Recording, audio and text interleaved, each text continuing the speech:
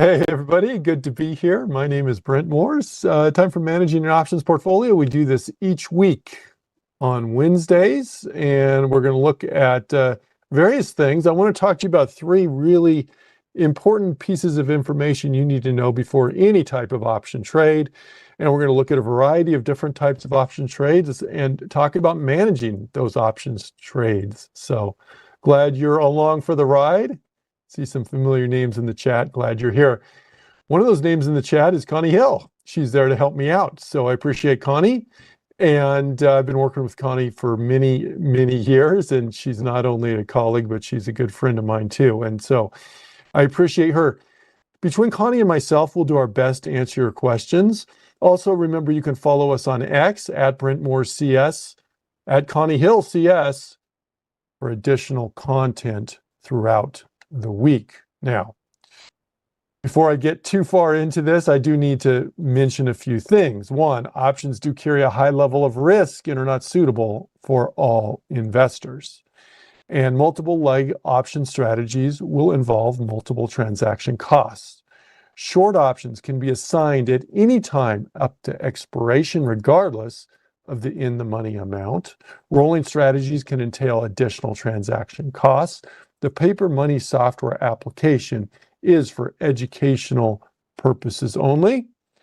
And but one thing about that paper money software application is it does not assign short options early. So you just need to realize that's a difference between your live account and the paper money account.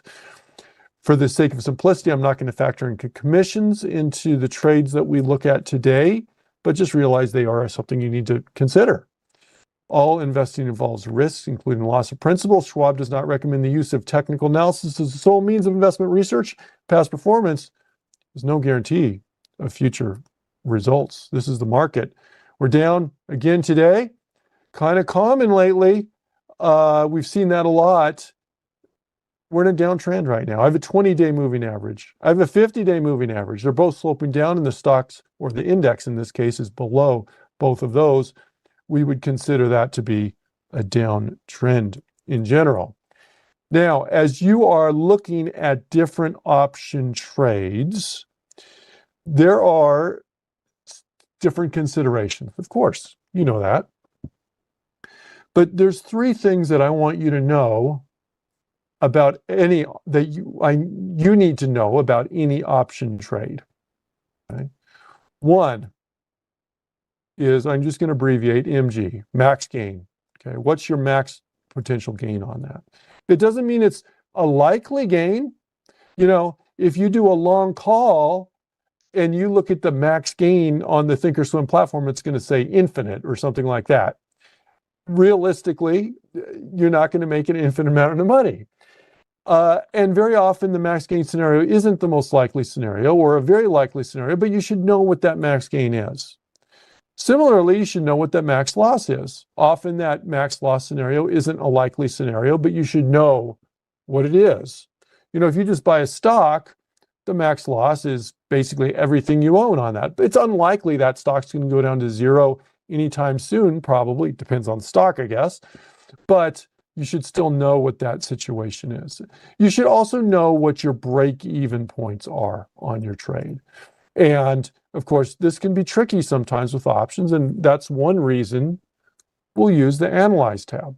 That's why I use the Analyze tab pretty much every week in this webcast, as well as my Condors, Calendars, and Butterflies webcast as well. I think it's an important tool to be familiar with for different reasons. One of those is they can help you identify max gain, max loss, and break even. Some trades it may be obvious, but on different trades, it's not going to be obvious. So we'll give some examples there on that. But let's take an example here, okay? Let's go to Adobe. So I'm going to take Adobe, and I'm going to look at this as more of a bearish trade, okay? And these are just example trades. Everything I do is just an example. I'm going to say, you know, our trend is down, and you know, that opens up a variety of different option trades here. But in this case, we're going to look at a long put vertical spread here. okay, long put vertical. And I'm going to say, look, our stock's at $249, just under 250. I'm going to be a little bit more aggressive here, but I think it's going to go on down. And so I'm going to look for a long put vertical on this. Let's go to the trade tab. I'm going to go out to the monthly contracts. And I'm just going to say, I'm going to buy the 250 put. I'm going to sell the 240 put. So I'm going to hold down my control key. Okay. There's the trade. Now, at expiration, where is my max gain? At expiration, what point? Not the amount, not the amount of it, but where is that max gain? The max gain here at expiration is going to be if I'm at 240 or less. My max loss at expiration is going to be of that. Well, I can look at my initial debit and I can say, well, on a long put vertical, my debit is going to be my max loss. Great. You may forget that though. That's where the Analyze tab comes in. So I'm going to right click on this. I'm going to analyze the trade. And I'm going to look, and this is just kind of what a long put vertical looks like. And you can see, here we go. This up here represents my max gain. Now, if it went like this, then, you know, the max gain, it may just continue to go up, but I'd have to maybe scroll over and look at it. But in this case, it levels off. That's my max gain right there. Okay, that's my max gain right there. Now, I can't really see exactly what that is on this scale because it's kind of a blunt scale, so to speak, 500 to 1,000, and I can't see the increments there. But what I can always do is I can look down here and see, and I'm going to look at the blue line down there. I'm going to take off my drawing tool, and you can see as I scroll over, 582 is my max gain. That's something I want to know on this trade. 582 is the most I can make on this. What about my max loss? Well, I can go over here, and here's my max loss. Look at the blue line. Blue line represents expiration. $418 is my max loss. $418. So I stand to gain more than I stand to lose. But that is not everything. Because if you may stand to gain more than you stand to lose, but if it's very likely you're going to lose and very unlikely you're going to win, it probably isn't that big a deal. So what I want to know is I also want to know what my break-even point is. On the Thinkorswim platform, if you want to look for your break-even point, one way to do it is this. First of all, start with your expiration date. Expiration date is April 17th, okay, in this particular trade. I'm going to go up here and I'm going to go 1 day beyond expiration, April 18th. That's going to incorporate all of that expiration day in there. And then what you can do is you can just go to the little 3-line menu and go to Set Slices to break even and put it right there. There's my break even, $245.81. If you can't read that, I realize the contrast between that kind of yellowish orangish color and the darker black background's hard to see, but that says $245.81. Now, even if you can't read that, you can kind of see where it is. You can see this dashed line here, and I can see where that is, $245.81. So let me just jot this down, $245.81. Let's look at the chart. Let's just make sure, and I'm going to zoom in, that all makes sense for what we want for my trade. I'm assuming it's a bearish trade. I know that I want it to be below the 250, okay? That's going to represent my max loss at expiration. I want it to go below the 240. Anything below there is my max gain at expiration. The max loss was $418. I wrote that down. My max gain is $582. So that's good. But right now we're closer to the max loss position than the max gain position. My break even is down at $245.80. So we'll say about 246 bucks. It's approximately, and this is kind of a rough drawing here. It's approximately there. If I don't think it's likely that I'm going to go, most likely that it's going to go below this yellow line I just drew, then I would not do that trade. Whatever trade you're doing on, consider your max gain, your max loss, and consider, given the technical analysis, if you're going to use technical analysis, what's the likelihood of this stock? Does it look like the stock's going to go below that? It may be wrong, may not, but that's going to do that. When you do a vertical spread, a long vertical spread, just realize all these numbers are going to change depending on what strike prices you pick. That's true for any option trade, I guess. It all depends on the strike prices you choose. So here's what I'm going to do. I'm going to go over here, and I'm actually going to place this trade here. I'm going to go in the mid prices at 408. I'm just going to move that up a little bit to see if I can get a fill on this. I'm going to confirm and send, and then I'm going to, I don't have my group sorted out, so I'm just going to send that trade, and we just sent that trade.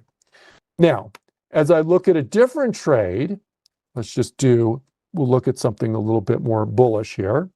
Let's look at something that's trending up. Here's ConocoPhillips. I'm starting with the trend on this. I'm using more liquid type stocks. ConocoPhillips trades a lot, more likely to have more liquid options. If I'm doing a long vertical spread, say a long call vertical, I'm going to buy a call and I'm going to sell a call. If I buy a call down here, I'll just put BC for buy a call. I could do LC for long call. And I sell a call or do a short call up here, this is going to be a higher probability trade than if instead I buy a call up here and I sell a call up here.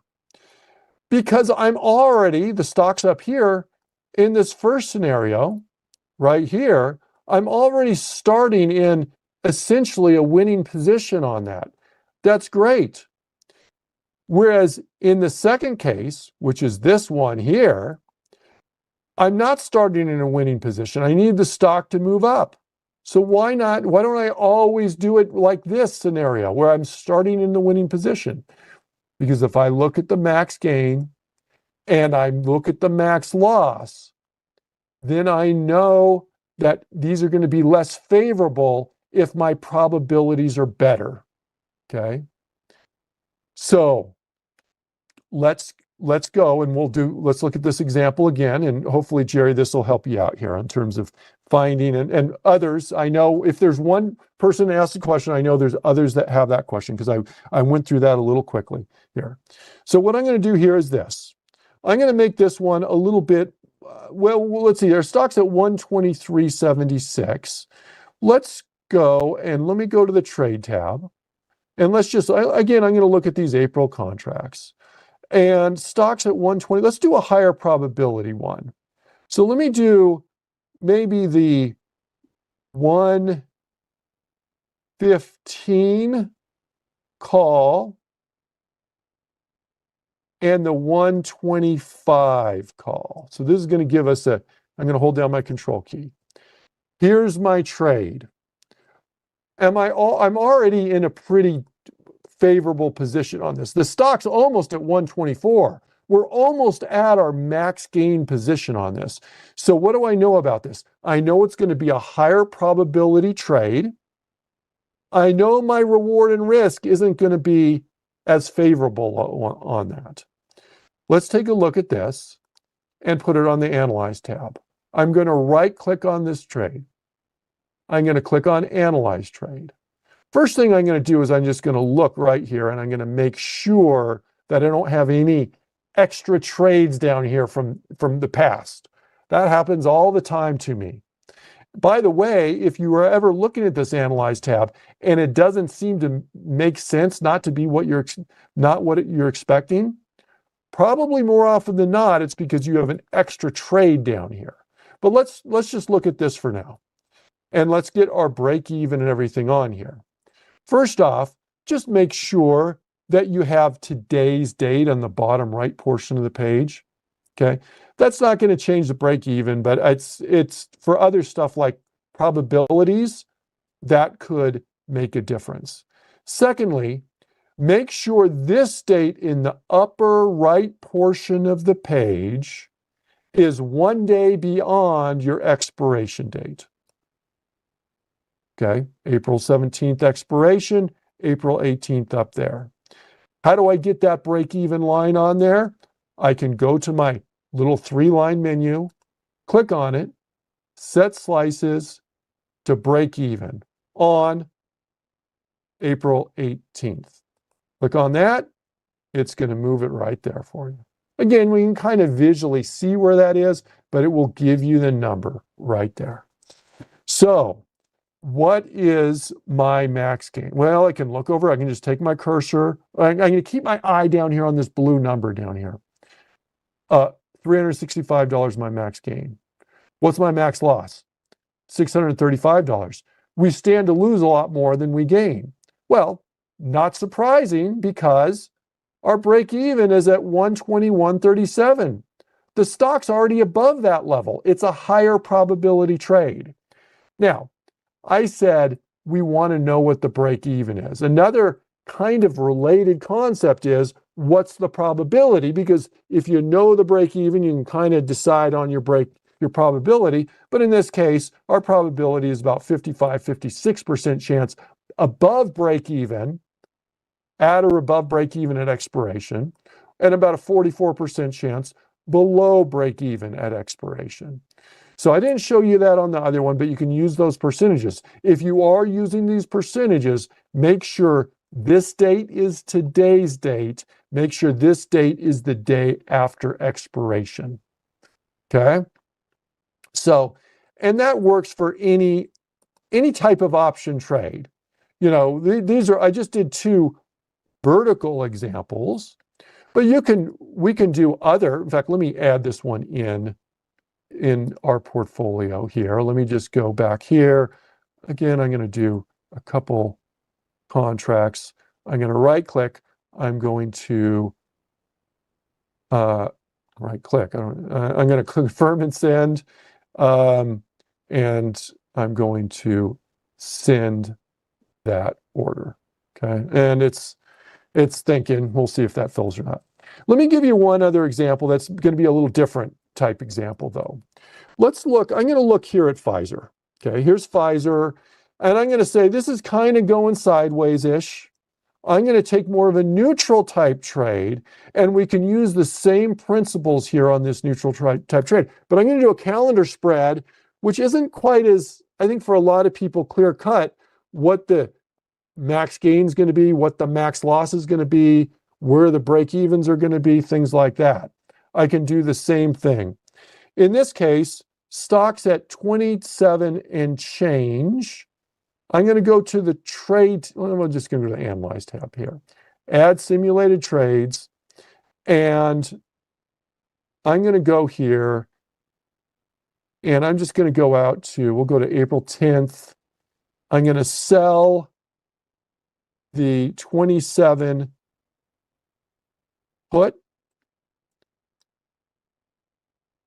We'll go out to, say, May 1st. I'm going to buy the 27 put. I'm going to click on my risk profile, and here it comes up. Okay. Now, look, I have a couple slices on here right now that do not represent the break even. I'm not sure how it came up with those, but there we go. If I want to get rid of this slice, how do we do it? Go to the far right corner right there. It's kind of small. Just click on it and say delete slice. Okay. Delete slice. If I want to, let me try that again. Delete slice. I don't know why that's not deleting. That should be deleting. Delete slice. Well, for whatever reason, that's not deleting here. But that's how you delete slices normally. You can right click. Now, of course, you can click right here and you can reset your slices. I'm going to reset those. It gives me 3 slices. We got plus 10% slice, 0. That's 0 is the current price. Okay. If they're unlocked, 0 is the current price, minus 10% slice. Maybe that's how I want them. Maybe that's not how I want them. If I want to add in those break-even slices, I'm going to do the same thing I did before. Remember, now I've got 2 expiration dates here on this one, 2 different expiration dates. Which one do I use? Actually, just use the first one on your calendar. So April 10th, we're going to make this April 11th is my first expiration. April 11th is my first expiration. So we're going to put that up there. This is still my current date. And then I'm going to do the same process. So let's go and let me go. First of all, let me just show you there. So fib zone saying, hey, I can't see your strikes. Here's your strikes. 27 is the strikes. It's calendar spread, so they're both the same strikes. And here's my slices, okay? But if I want to set my break even, I'm going to set my slices to break even. Pull this up, and let's do this. Now I'm gonna just shrink this down just so you can see it a little better. Now, what's my max gain? We're going to ask those 3 things. What's my max gain? What's my max loss? Where are my break evens? Okay. Max gain, right there. Now, some consideration to take is, that's my max gain, but what are the odds that I'm going to hit this max gain perfectly, right on the nose? Probably pretty slim would be my take on that. That's a calendar spread. That's how they are. Here's my max loss. Am I likely to get my max loss? No, probably not going to go all the way to my max loss, but let's see what those numbers are. Max loss is right up here. Max gain is right up here. About $22 maybe, okay? About $22. I'm looking just in this bottom corner here. Okay. That was my max gain. Max loss, well, on a calendar spread, it's going to be my initial debit, but you can kind of get a sense. That's about $44 there on this. Okay. $44.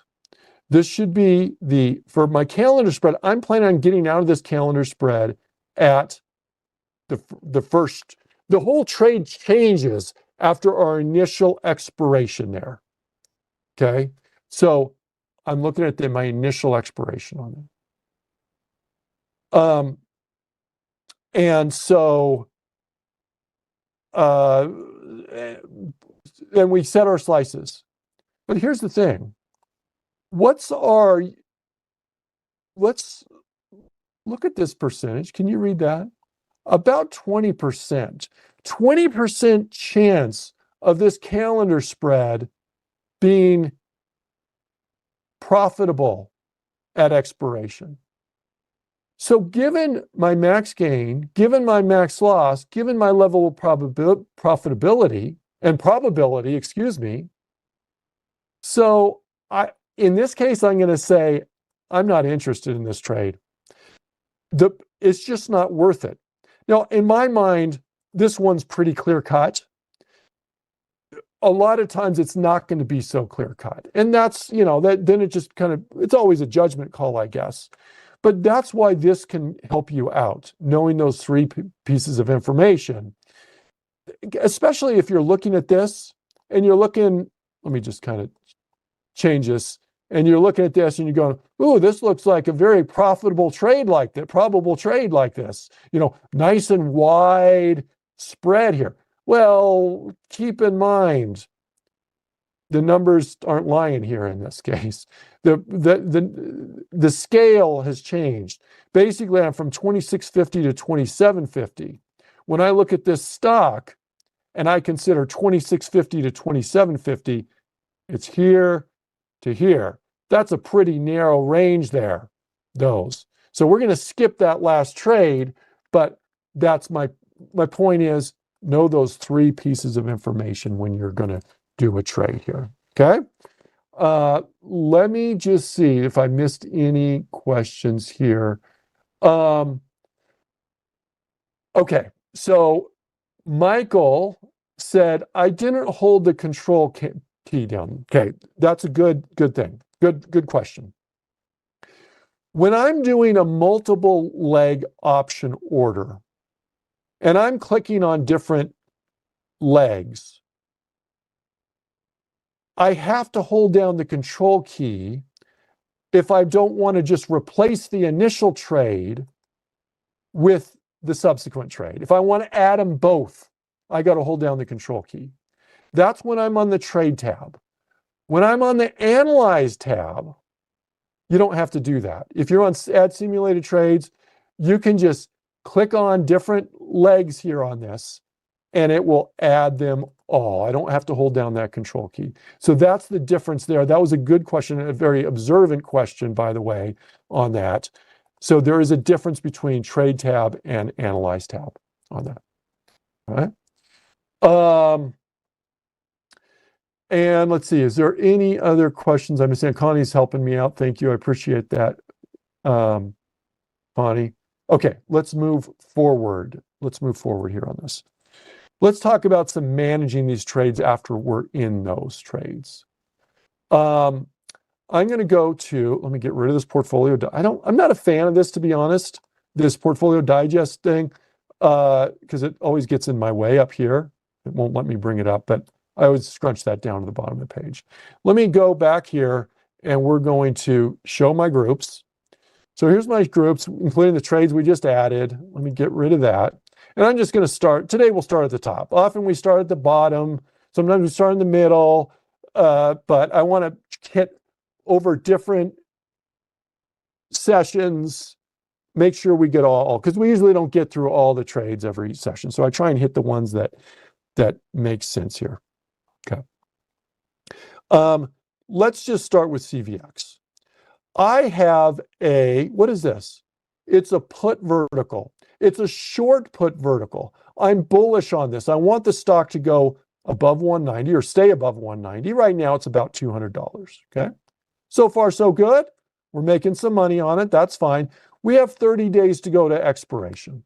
So when you're considering these, my first thing I always look at, hey, if it were near expiration, we're going to get out regardless of whether it's doing well or not. We're probably just going to look to get out. But right now it's going fairly well. Then if it is going fairly well, and if we still have a fair amount of time till expiration, then my next question is, have I made pretty much everything I can make on this? Because if I've made pretty much everything I can make on this, I just want to get out of that and take off any remaining risk and take our gains. Okay. So let's go and just look. The current price is, there's about a 90-cent difference between my put and my call, my two put trades there, about 90 cents. If it becomes close to zero, then I've made basically all I can make on this trade. Why is that? Because I sold it up front for something, and if I get out for practically nothing, or if it expires worthless, then I'm in great shape. Now, we're not waiting for it to be zero, but if we've made 75, 80% of what we can make, that's great. Well, we haven't, okay? We started with, what, about $1.30 difference, $1.25 difference. We're now down to about 90-cent difference. So we've made some progress on this. The final thing is this. If, what was I going to say? The final consideration on this. Oh, if I'm no longer bullish in this is a bullish trade, then I'm going to get out. Am I still bullish or at least neutral on Chevron? I'd say, yeah, I'm still bullish or at least neutral on this. So we're going to let that one cook. Okay, let's move forward. This one is not going quite as well. We're down a little bit on this one. EQT, I have 30 days to go to expiration, so we've got time. Obviously, I haven't made most of what I can make if we're actually losing 13 bucks on this right now, but it's also not disastrous. So in this case, the question is going to be this: is there, am I still bullish on this? Do I still think it's likely to stay above 62.50? Well, let's look at EQT. Do I still think it's likely to stay above 62.50? Well, I'm willing to hold on to this there. I'm willing to give it a chance. The general trend is on. Now, I could add a stop here on this and say, look, if this breaks this trend, I have this trend up here like this, okay? And if we break down below here, we'll say 61 and a half, I'm just going to get out of this trade. I can do that. That makes sense. Otherwise, I'm willing to let this ride here. We're still at a positive theta, not huge, but it is still slightly positive theta. In other words, time decay is still helping us out overall on this. So if I want to add a stop on this, I can just highlight this. I can right click on it, create a closing order, buy it back. And in this case, I'm going to put it based on the stock price. I'm going to say if the stock, so I'm going to make this a market good till canceled order. If the stock goes below 61.50, then if the stock goes below 61.50, EQT marks less than or equal to 61.50, I'm going to get out of this trade. 61.5, save. And so that's just an exit order we're going to put on this. Okay, and we're going to send that trade. We now have an exit order on this. And you can see that listed right there if we want. Okay. NCA, so this is Norwegian Cruise Lines. This is a short call vertical. Question on EQT. When was it entered? Click on this. You can just click on the quantity and it'll tell you. Trade time was March 12th. Less than a week ago. Okay. It was entered. Let me get rid of this. Let me go back. Okay. NCLH. We've got a short call vertical. It's a bearish trade. We've got 30 days to go. Again, we're down a little bit on this. Am I still bearish on this? Short call verticals are bearish. Am I still bearish on it?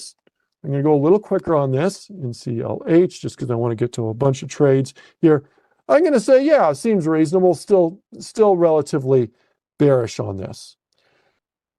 Let's look on ExxonMobil. What do we have on Exxon? Ooh, this is an interesting trade. What do you see here on this? Okay. Well, kind of iron condor, 140, 150 put, 170, 180 call. Different number of contracts for the puts and the calls. And actually that has worked to our favor. We unbalanced this. And the reason we unbalanced it was because we wanted to skew this. Okay.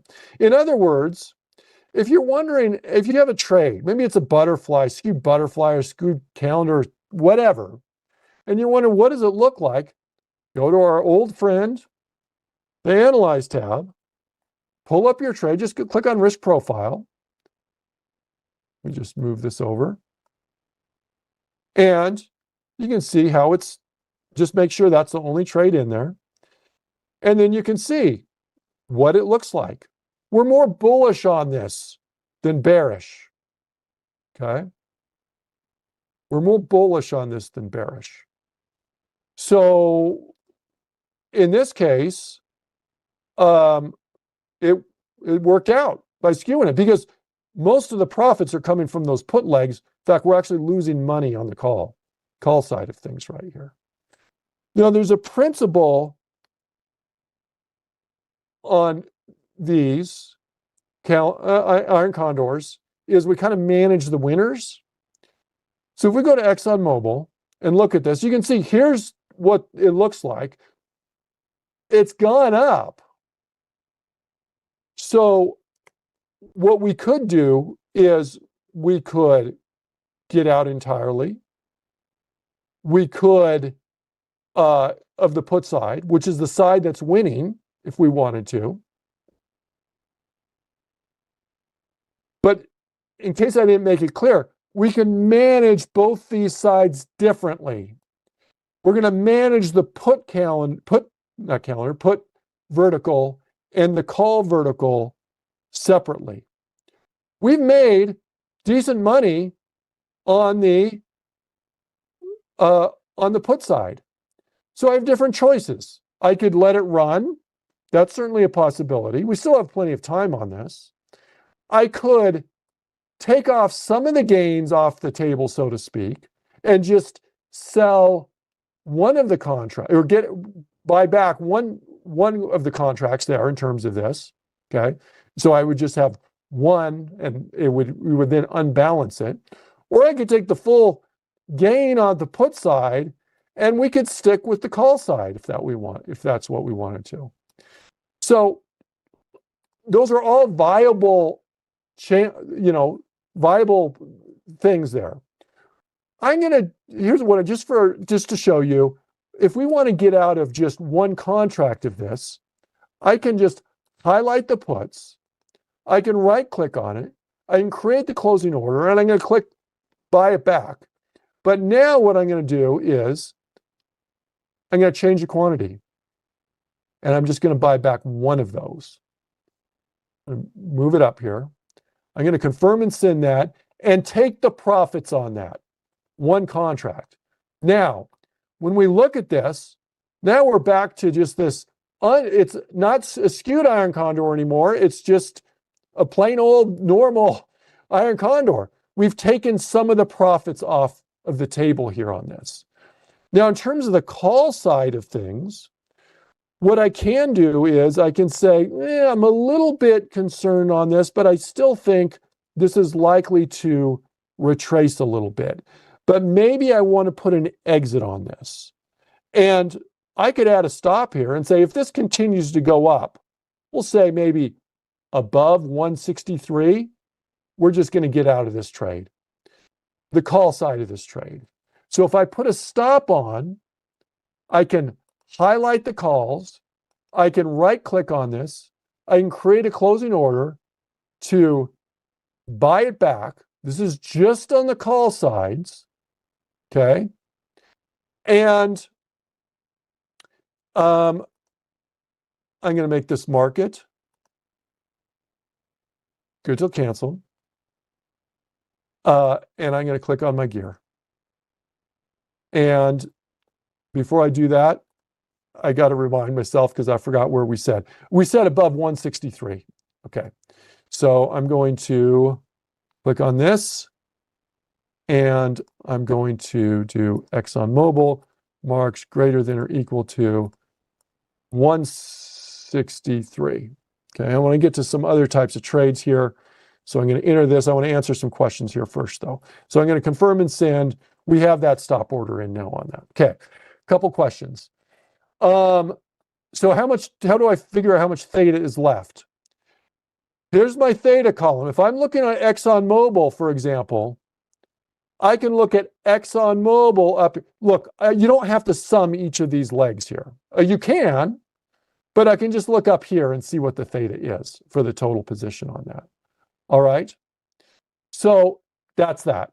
I'm hoping that answers your question there, Jessica. Or not just, that was from Michael. So you can do it one leg at a time, or you can look at the whole shebang there. Jessica, it doesn't really matter what order I did those two actions in this case. However, in different scenarios, let's say we just have one vertical and we're closing out one leg at a time on it, for example. Let's say we were doing that.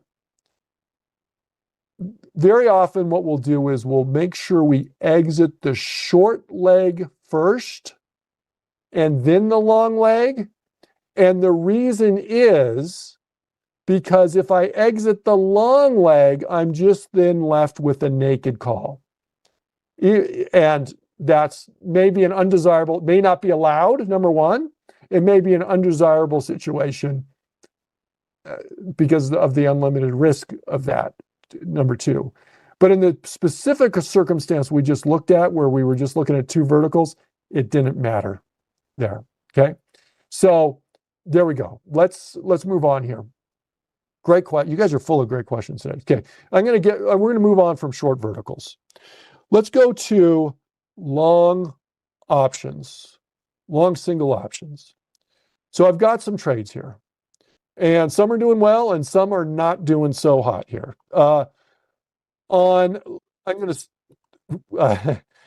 out of time here, but I'm gonna look at Capital One here. Okay, Capital One is a Leaps trade. It's a Leaps put that is doing quite well right now. And so that's wonderful. So we're bearish on this. If I go to control, if I go to my charts, and we can look and see, hey, we chose a bearish trade and it went bearish, no doubt on that. So there's a few things we can do. One that I probably don't have time for today, but we can roll that. In fact, we'll probably look to do this next week in this webcast. We'll look to roll this and capture in some of the credits. The other thing I can do is I can look at my stop. Exit when my stock is above 220. Well, at this point, that's here. At this point, I don't want this to retrace all the way up to 220 before I exit. I'm probably going to move this down quite a bit. Okay, this is a longer term trade, so we don't want too tight a stop. But maybe 205 would make sense. So let's adjust this. Let me click on my sell order. I'm going to right click on this. I'm going to cancel and replace this order. I'm going to click on my gear, and I'm going to say if it marks greater than or equal to 205, which puts it above a more recent resistance level. Save, confirm, and send. And once I send that, by the way, this note is no longer right, because my note said exit when stock's above 220. We're going to change this to 205. Okay, now I'm not going to be able to do full management on these last couple things here just because of time, but let me just mention a couple things. One, look at Coinbase. This has just been a disastrous trade on us, and it's kind of interesting. So what we have on Coinbase is we bought a call. Well, it turned bearish on us. We bought the call on the 4th. And, if you look at Coinbase, and by the way, Coinbase is a stock that some people trade to try and take advantage of crypto, because of their crypto exposure. Just remember, digital currencies are highly volatile, although this is not itself a digital currency. It's dependent upon the price of digital currencies. Digital currencies are highly volatile and not backed by any central bank or government. Digital currencies lack many of the regulations and consumer protections that legal tender currencies and regulated securities have. So there are higher risk here on this. But the stock really didn't go that much against us. Maybe a little bit, but not that much. So to me, it's surprising how far this went down. Well, we did have, how many days? It was entered on the 4th. We had, today's the 18th. We had a couple weeks of time decay on it. That hurts. We probably had implied volatility working against us too on that. So that's just, that's how it is right now. Am I still bullish on this? Yeah, I mean, it kind of went sideways for a little bit. And I'm willing to say I'm going to stick with this just a little bit longer, because I'm still going to say this is kind of a bullish trade. We do have stops on this, and our stop, and I'm going to finish up with this, is at 190. Okay, we have multiple targets that we entered in a past class. Stops at 190 in case it goes against us, which is right about here. It didn't quite get stopped out. We're just going to let that sit and let that cook, and hopefully that'll continue to go up there. All right, everybody. Hey, I'm out of time today. I appreciate you. Sorry, I didn't get through as many trades as I wanted to. Seems to always be the case. But we'll hit up a variety of trades next time as well. And thanks for joining me. Coming up next, we have trading price patterns. Rachel's teaching that webcast. Thank you, Connie, for helping me out. Make sure you subscribe to that Trader Talks channel. And just in the bottom right portion of your page, you should be able to subscribe to the channel. It will help you to find future webcasts that are of your interest in the future. Thanks for taking some time out of your day, everybody. Have a wonderful rest of the day, and we'll see you all same time next week. Bye-bye.